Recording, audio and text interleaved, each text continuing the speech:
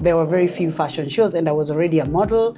And my idea was to inspire, to nurture, and to mentor models.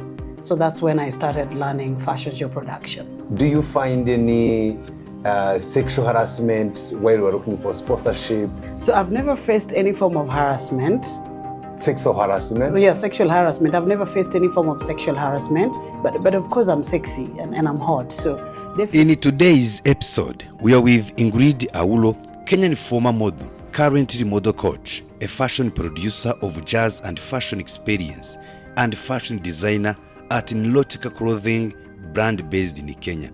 What is your favorite food? Yeah. Ugali. What advice can you give to African women entrepreneurs who want to go for producing fashion shows? What advice can you give them, you feel they should know or put in mind? Yeah. Yes. First, it's the mindset. You have to believe it before you achieve it. And forget about your gender, forget about your background, forget about who people think you are. So believe it. So think about what you want to do and then believe in that thing that you want to do and go for that thing and start small. So, ladies and gentlemen, this is Celestine Awirema. We are very happy to be here. I'm guessing everybody wants to know and find out where we are. So as today, we've been promising our viewers that and our listeners, we are bringing a Kenyan, a very experienced Kenyan person who has been in the industry for a long time.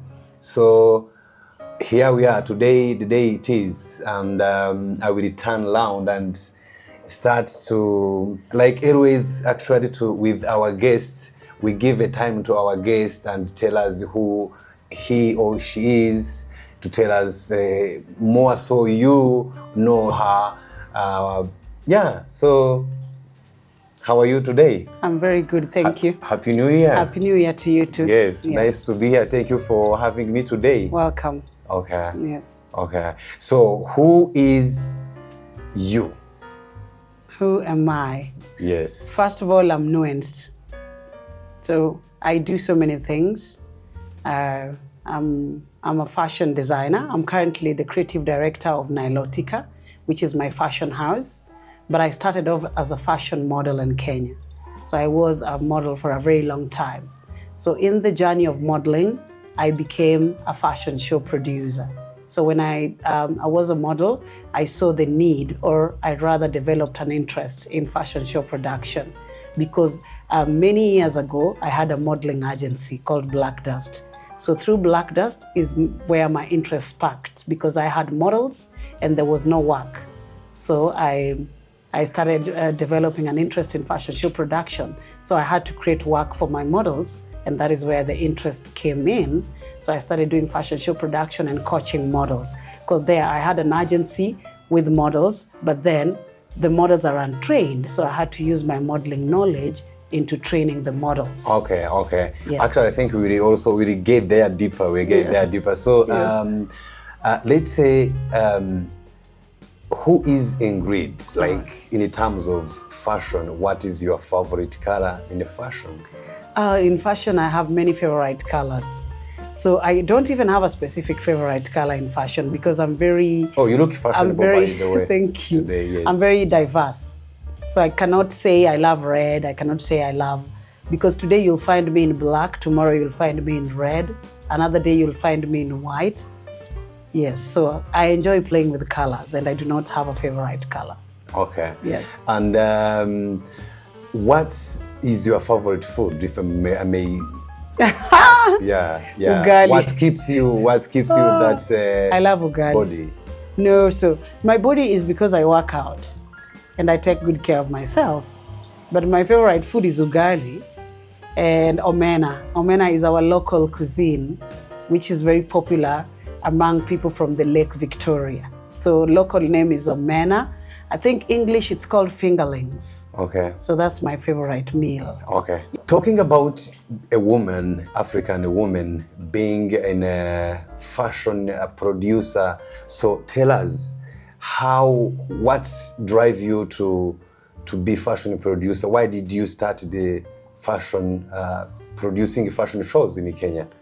So I started producing fashion shows in Kenya because at the time there were very few fashion shows. I'm talking about I think 15 or 13 years ago. There were very few fashion shows and I was already a model, and my idea was to inspire, to nurture, and to mentor models. So that's when I started learning fashion show production.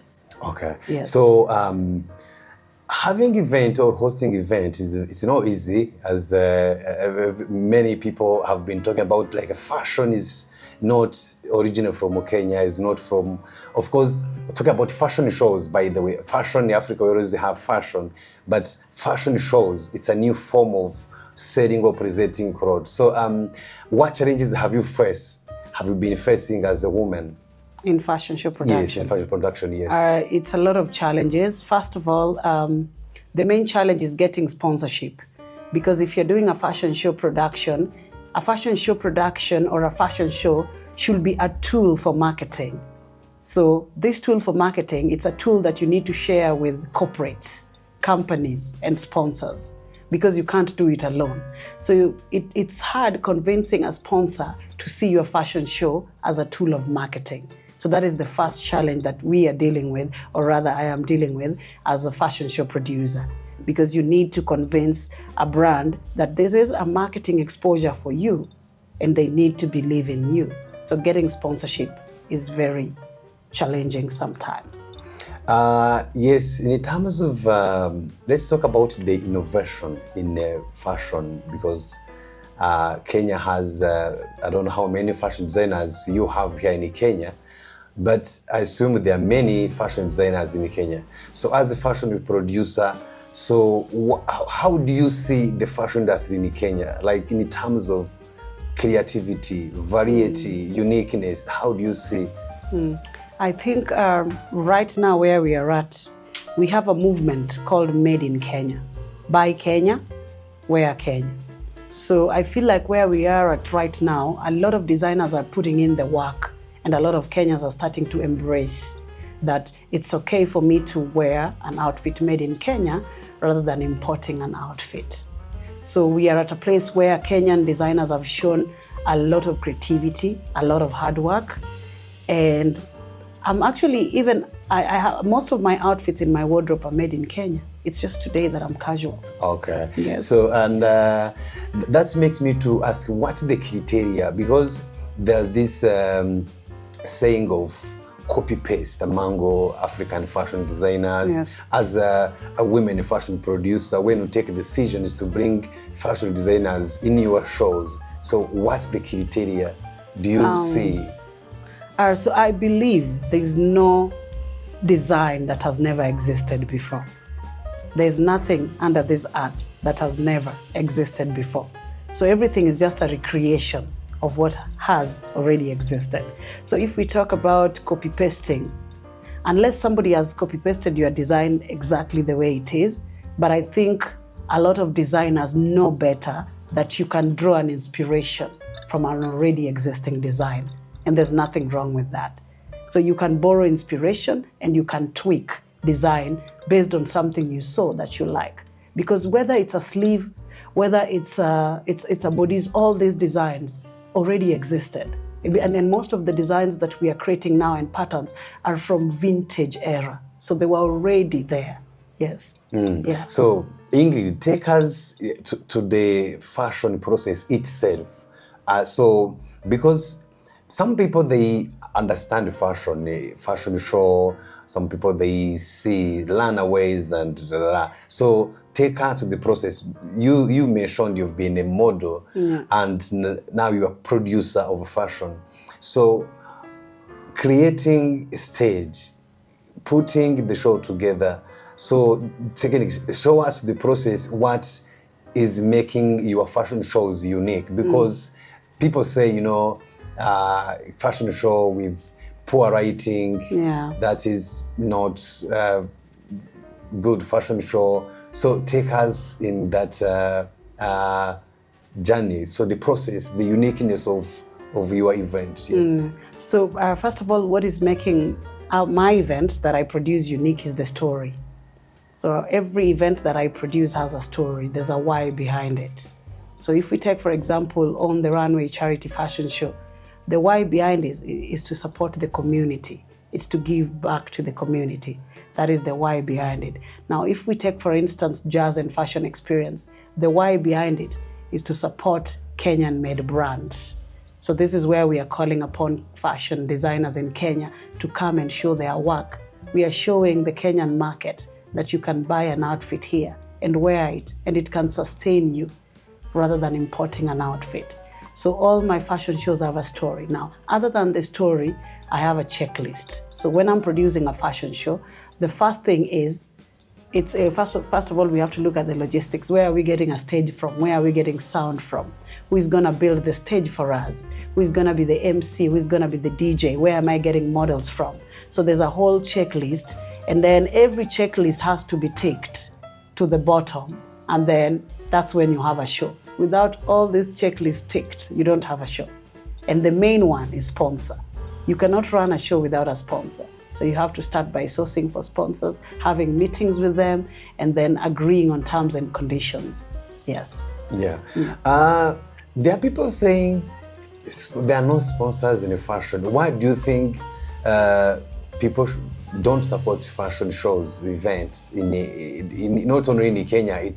It's all over, because you meet Ugandan producers telling you it's rare to find sponsors who really give a big stake. You know, when I say big stake, is what you can get after the show as a producer. So why do you think there's no sponsors are not interested in the fashion in made in Kenya? So I wouldn't really say there are no sponsors. I think sponsors are there, but you need to know which brands can align to the fashion, because there are so many companies, but are they really interested in fashion? So if we take a betting company is interested in sports. So if you're doing a fashion show and then you're approaching a betting company for sponsorship, they're gonna say no.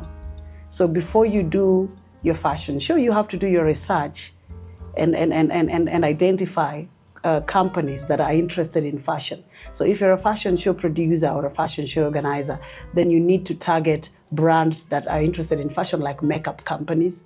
You should go to boutiques, you should go to makeup companies, you should go to skincare companies, you should go to even sanitary towel companies. So anything to do with women, anything to do with fashion, these are the first companies you need to target. So this way it becomes easier. And then you have to let them in on the story. Yeah, I feel like if you're a fashion show producer, just going to a sponsor and saying, I need sponsorship. Yeah, you need to let them in on the story and the journey.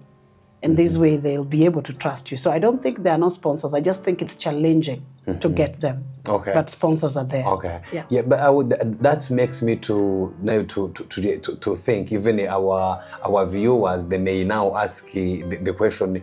So what does Miss Ingrid do? How do you create a concept? How do you come up with a concept to say this is going to be a jazz fashion show, for example? So how do you come up with a concept?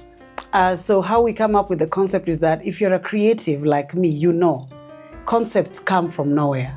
Inspirations come from nowhere. You could be walking down the road and then you see something and then it triggers a creativeness in you. So I feel like how I come up with my concept is it's random. They are so random. You could even be sleeping and then you get a dream and then you think, oh, maybe I should, do something. Or you could even see another event somewhere that inspires you to create something even better, or just to create an inspiration from it. Yeah. So let's talk about the trust, because as a woman, because sometimes, the people have this kind of mentality in mind saying, oh, she's a woman to manage the whole team of event. Yeah. So tell us, you being a woman and not taking over for men, but managing a huge team, including men, how does people think, and how does men in your team think about having a female boss? So I've been very lucky that the people I work with are very open-minded. So I work with very open-minded men and women. So I've never honestly faced a challenge based on my gender. So I've never faced any challenge based on my gender. I also think it's because I don't focus on my gender. So when I'm working, I'm just working as me. I'm not working as a gender. So this is making work easier for me. But I think to be where I am in production and as a creative, you really need to have a thick skin. So some of the things that are helping me is that I have a very thick skin. So whatever you tell me, even if you tell me a no, I'm okay with the no. I mean, if you were to try to bring me down, I'm going to ignore you and just focus on my craft and my skills. So my attitude is helping me navigate the industry without focusing on my gender. Yes. Yes. That question then makes me to, you bring something about gender. Yes. And gender is something even everywhere, but comes back here to Africa. We know men, they're head of the family, men dominating. Then that's bring harassment, where women have been harassed by men. So do you find any sexual harassment while you are looking for sponsorship from the different companies? If yes, how do you handle that challenge if it arrives? So I've never faced any form of harassment. Sexual harassment? Yeah, sexual harassment. I've never faced any form of sexual harassment, but of course I'm sexy and I'm hot. So definitely someone may be interested, but they've never said it up front that, you know, I like you or do this before you get sponsorship. I've never experienced such a thing. So to be honest, I've never. And I've been sponsored by a lot of companies led by men. I've never been harassed. I've never been made uncomfortable. So yeah, again, I think it's my attitude. Okay. Yeah. So this is very interesting. I know there are so many African women who want to put their shoes into your shoes. Yeah. So what advice can you give to African women entrepreneurs who want to go for producing fashion shows? What advice can you give them, you feel they should know or put in mind? Yeah. Yes. First, it's the mindset. You have to believe it before you achieve it. And forget about your gender, forget about your background, forget about who people think you are. So believe it. So think about what you want to do and then believe in that thing that you want to do and go for that thing and start small. Yeah, start small, start with what you have and just go for it. So I believe there's nothing that is unachievable. Ingrid, I think that's very challenges. You are saying you start what you have. Yeah. But you have said earlier, to have a good fashion show, you have to have a good stage. You say that, you have to have lighting, you have to have light. But how can you start what you have? Yeah, so let me tell you my first fashion show. Upcoming fashion producers. Yes. My first fashion show, I was 23 years old. So I had nothing, all right? The only thing I had were models and a venue, because the club owners were very kind to give me a venue. Guess what I did? I spoke to friends, all right? One friend said, I'll bring for you a red carpet. So there was no stage. We used a red carpet. The models walked on a red carpet. How much is a red carpet? At those days, a red carpet was almost even less than 5K. Then another friend said, I'm coming to take pictures. So I didn't create a huge budget. I used what I had. I had models who were willing to model for free, because this was also an exposure for them. Then I had a friend who was willing to bring in a red carpet. Then I had another friend or friends who were fashion designers who traveled all the way from Nairobi to support me in Kisumu for free. Yes, start with what you have. Talk to people around you. See how they can help you.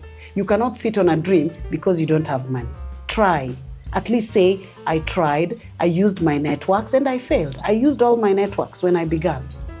Yeah. This is very inspiring, actually. Yes. So you were saying that if you are a woman who want to do fashion producing, don't dream bigger. Yeah. Start on what you have. No, That's actually dream big. Very interesting. No, That's no, no, very no. interesting. Dream big, but start with what you have. What you have. Okay. Yes, and also use your contacts. See how they can help you. Now, when we talk about sponsorship, remember, you can still go to a sponsor with nothing and say, listen, this is the concept that I have.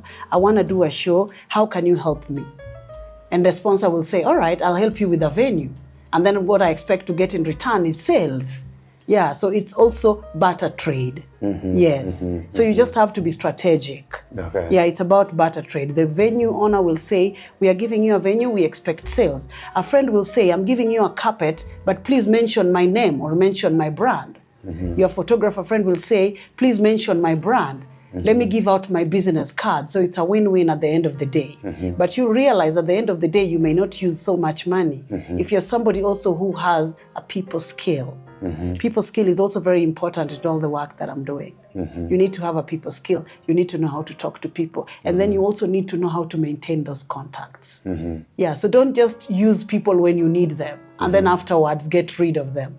Yes, yeah. That is very interesting. Yeah. And that brings us to tell our audience and the viewers that this is the first part of the interview we are having with Ingrid. So what we are doing and bringing to you, we have mentioned earlier, is someone who is very talented in fashion, in real fashion. Remember, she's a fashion designer, she's a fashion producer, she's also model coach, where she will also say something about that in shortly. So our next part now, we're gonna go through who is Ingrid as a fashion designer. We have heard she's been producing a show, but before we go there, I want to ask her one or more questions about how she sees the fashion industry in Kenya, the future of fashion industry in Kenya as a fashion producer. So how do you see the future of fashion industry in Kenya? It's really growing. Let's say in 10, 20 years. It's gonna be big. I think in 10, 20 years, everybody will be wearing made in Kenya pieces. I think we may even abolish secondhand. Yeah, in a few coming years.